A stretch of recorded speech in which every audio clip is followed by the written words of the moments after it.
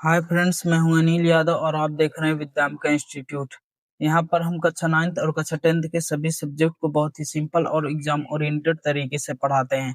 आज आपके लिए लाया हूँ एक प्यारा सा वीडियो। यदि आप कक्षा 10 के छात्र हैं तो इस वीडियो के माध्यम से एमांडा नामक जो चैप्टर है रॉबिन क्लेन द्वारा रचित है, इसका हिंदी अनुवाद आप सही तरीके से कर पाएंगे। चैप्टर के बारे में बता दो तो जो चैप्टर एमांडा है, जो कविता जो रॉबिन क्लेन द्वारा रचित है, एक छोटी बच्ची के बारे में कहा गया है इसमें, जिसे उसकी माँ लगातार डांटती है और उसे नियंत्रित करना चाहती है, डांट करके नियंत्रित करना चाहती है। वह अपनी माता से तंग आ जाती है, बार बार डांटने से या टोका टाके से तंग आ जाती है। एमांडा खुद अपने मन में विचरण करती है या विचार करती है या कह सकते हो कल्पना करती है कि मैं अकेली होती, मेरा देख रेख करने वाला कोई नहीं होता तो अच्छा होता, क्योंकि उसके परिवार वाले, उसकी माता जो है उसे हमेशा डांटती रहती हैं कि एमांडा ये मत करो, एमांडा वो मत करो। तो वो अपने मन में वो कल्पना कर रही है कि मैं एक जलपरी होती, मैं अनाथ होती, मैं रपुंजल होती, ऐसा महसूस करना चाहती हो। यह कविता बच्चों की स्वतंत्रता को, महत्व को रेखांकित करती है। बहुत ही प्यारा कविता है। इस कविता का मूल भाव यह है कि बच्चों पर अत्यधिक नियंत्रित नहीं होना चाहिए, क्योंकि यह उनकी रचनात्मक और स्वतंत्रता को नष्ट कर देता है। यह कविता हमें सिखाता है कि बच्चों के बढ़ने के लिए प्यार और थोड़ी स्वतंत्रता की आवश्यकता है, ना कि उन्हें नियमों और डांट से ही उनका पालन पोषण किया जाए या उन्हें नियंत्रित किया जाए। तो जो आपका चैप्टर होता है, यहाँ से स्टार्ट होता है चैप्टर।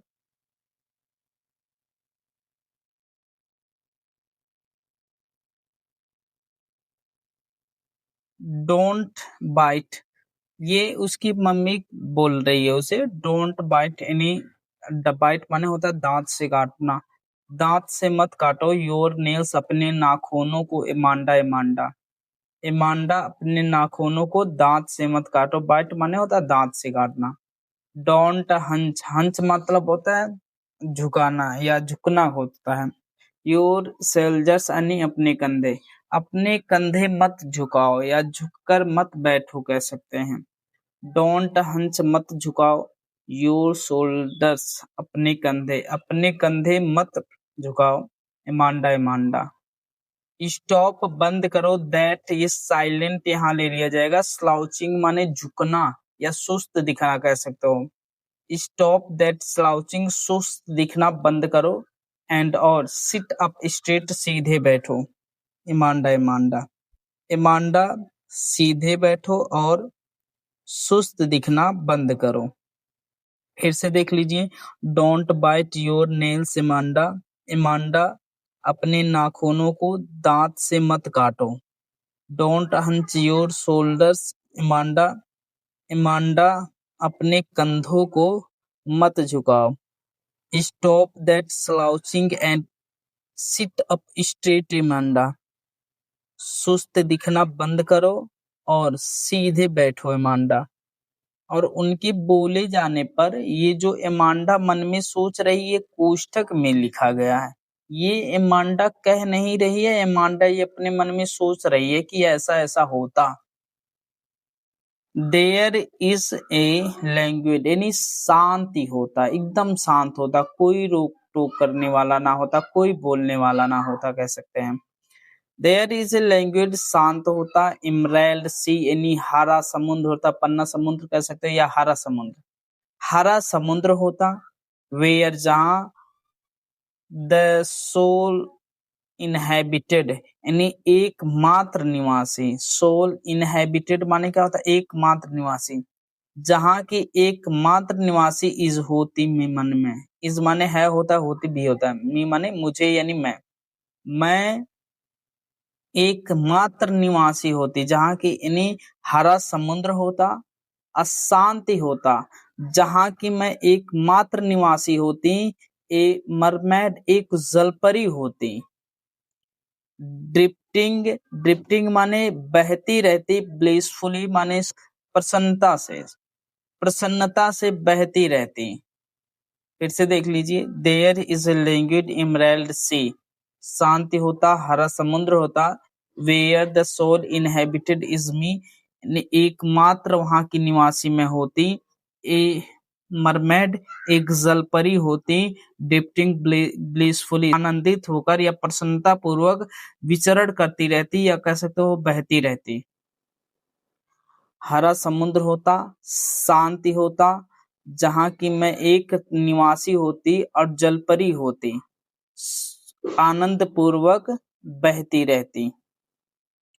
अगला है डिड यू फिनिश मतलब क्या तुमने समाप्त कर ली। योर होमवर्क, अपने होमवर्क को। इमांडा, क्या तुमने अपने होमवर्क को, फिनिश माने क्या, समाप्त कर लेना, क्या समाप्त कर ली। डिड यू टिडी, डिड ये सबसे पहले आया तो क्या शब्द जुड़ जाएगा।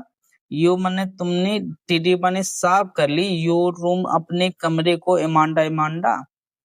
इमांडा, क्या तुमने अपने कमरे को साफ कर ली। आई थॉट, मुझे लगा। आई टोल्ड, मैंने बताया था या मैंने कहा था। यू माने तुम्हें। टू क्लीन, साफ करने के लिए। योर शूज, अपने जूते, यानी तुम्हारे जूते। आई थॉट, मुझे लगा। I told you to clean, मैं तुम्हें साफ करने के लिए बताया था। योर शूज, अपने जूते। इमांडा, मुझे लगता है मैं तुम्हें बोला था या मैंने तुम्हें कहा था। टू क्लीन योर शूज, अपने जूते साफ करने के लिए। इमांडा, फिर से देख लीजिए, did you finish your homework Amanda, क्या तुमने अपना होमवर्क समाप्त कर लिया अमांडा। डिड यू टिडी योर रूम अमांडा, क्या तुमने साफ कर लिया अपने कमरे अमांडा। आई थॉट, मुझे लगता है। आई टोल्ड यू, मैंने तुमसे कही थी। टू क्लीन योर शूज, अपने जूते साफ करने के लिए अमांडा। अगला है, अब ये अमांडा सोच रही है, आई एम एन ऑर्फन, मैं अनाथ होती। रोमिंग स्ट्रीट मतलब भटकने वाली होती। द स्ट्रीट माने गली में, गलियों में भटकने वाली होती या विचरण करने वाली होती। आई एम एन ऑर्फन, मैं अनाथ होती। रोमिंग द स्ट्रीट, गलियों में भटकने वाली होती। आई पैटर्न, मैं बनाती। आकृति, पैटर्न मतलब होता है आकृति बनाना। आई पैटर्न, मैं आकृति बनाती। सॉफ्ट, मुलायम। डस्ट माने धूल पर या कह सकते हो बालों पर। मुलायम बालों पर मैं आकृति बनाती। विथ माने के साथ। माई हस्ड, विथ माने के साथ या से होता है। माई, अपने। हस्ड माने होता है शांत। यहाँ हस्ड का मतलब शांत से, साइलेंट से मतलब है। यानी हस्ड, अपने शांत। बेयर मतलब होता है नंगा। अब फीट माने होता है पैर। अपने शांत नंगे पैर, विथ माने से। अपने शांत नंगे पैर से धूल पर, मुलायम धूल पर या धूल पर मैं आकृति बनाती। द साइलेंस, यानी चुप्पी या कह सकते हो शांति। इज गोल्डन, सुनहरा होता है। इज माने होता है या है पढ़ा जाएगा। गोल्डन माने होता है सुनहरा, सुनहरा होता है। द फ्रीडम, आजादी। इज स्वीट, मधुर होता है। आजादी मधुर होता है और जो शांति है वो सुनहरा होता है। अगला पैसेज है, डोंट ईट मतलब मत खाओ। डोंट माने होता है मत, ईट माने क्या होता है खाना, मत खाओ। दैट चॉकलेट, उस चॉकलेट को मत खाओ। एमांडा, उस चॉकलेट। दैट माने उस पढ़ा जाएगा या वो पढ़ देंगे, वो मतलब होता वो चॉकलेट मत खाओ एमांडा। रिमेम्बर, याद करो। योर एक्न, अपने मुहासे। एक्न माने क्या होता है मुहासे। अपने मुहासे याद करो एमांडा। एमांडा, अपने मुहासे याद करो। Will you please look at me. Will माने गागेगे और यू माने तुम, प्लीज माने कृपया, लुक माने देखना होता है। कृपया तुम देखोगी, एट मी मुझ पर यानी मुझे। कृपया तुम मुझे देखोगी। विल माने गागेगे, you please look at me. कृपया तुम मुझे देखोगी। व्हेन जब, आई एम स्पीकिंग मैं बोल रही होती, मैं बता रही होती हूँ, टू यू तुम्हें। जब मैं तुम्हें बोल रही होती हैं, जब मैं तुमसे बात कर रही होती हूँ। एमांडा, एमांडा, एमांडा, जब मैं तुमसे बात कर रही होती हैं, कृपया तुम मुझे देखोगे।